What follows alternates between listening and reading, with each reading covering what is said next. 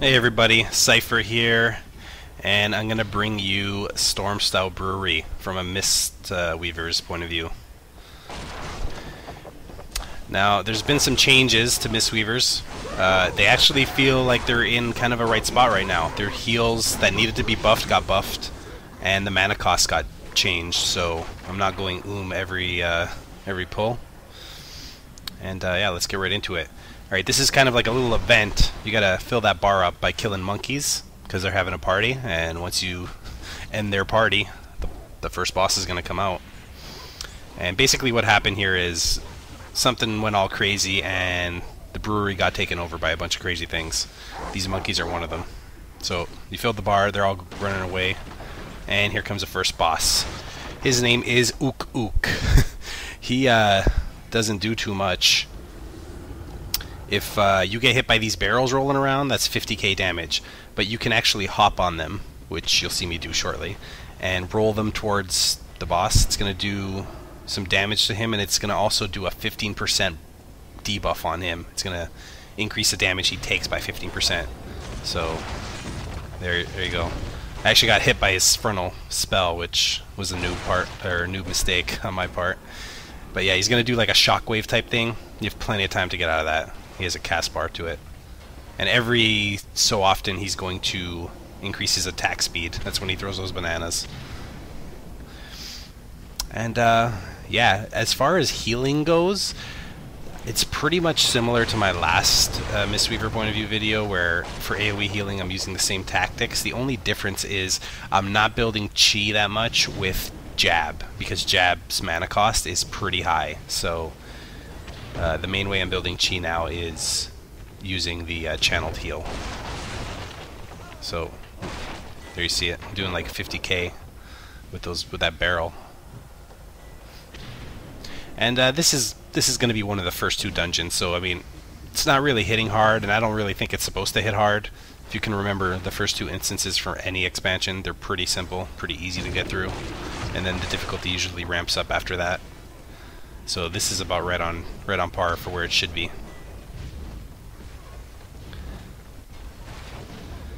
And yeah, he's about to die here. And healing this was pretty simple. This is definitely a big change from the last dungeon, or the last dungeon I did.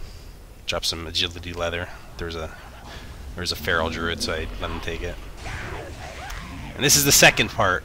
This is kind of like a bunny gauntlet, killing bunnies all the way up here to get to this boss, who is going to appear on the other side of this doorway. These bunnies kind of don't really even do damage, because you can let them hit whoever. There's 3 versions of them, and none of them do anything notable, at least on regular mode. So, that guy, he just popped out of that barrel, which, if you get a chance to see it, it's full of bunnies. He's not going to do anything too difficult. He's going to do a whirlwind that he's going to target on a random person, and his speed is going to be reduced by 70% when he does it. This is it right here. You can easily get out of the way of that, even if you're in melee range. And he's also going to do kind of like a spout, like a flame or lurker below type ability, which you should see soon. And ads are going to keep coming out of that little barrel full of bunnies. There's the spout. It doesn't hit too hard, like 20k or something.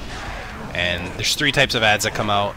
Some of them leave behind a hammer, where if you pick it up, you'll get a button on your screen, and that button will basically just do some damage and knock them all up in the air. I can't remember if I get one or not. But yeah, there's quite a bit of AoE damage here, so I try to get my my HOD on everything and use uplift to keep them all up.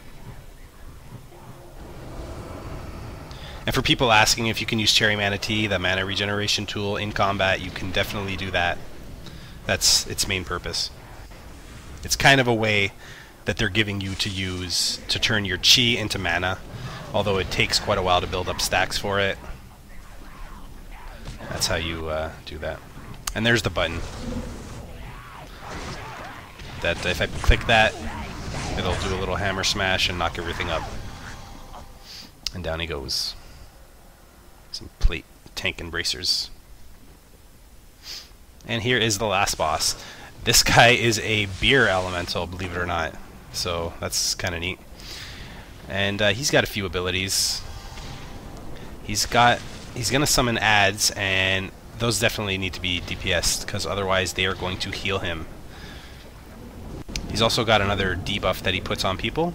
I think it's called bloated, and it's going to spew beer out of your ears. So people that are to your sides are going to get hit by it, so you want to make sure people are in front and behind you and not to the side of you.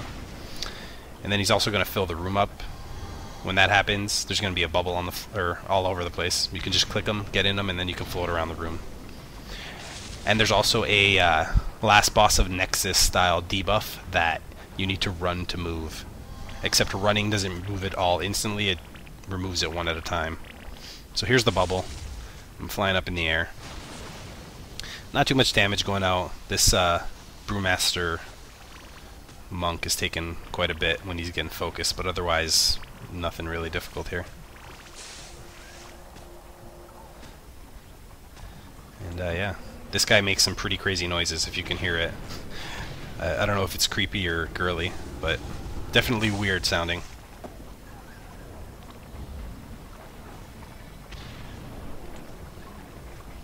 And yeah, I'll let you enjoy the rest of this fight. And should have a warrior tank point of view coming up soon too. And if you liked the video, hit like, subscribe, and thanks for watching.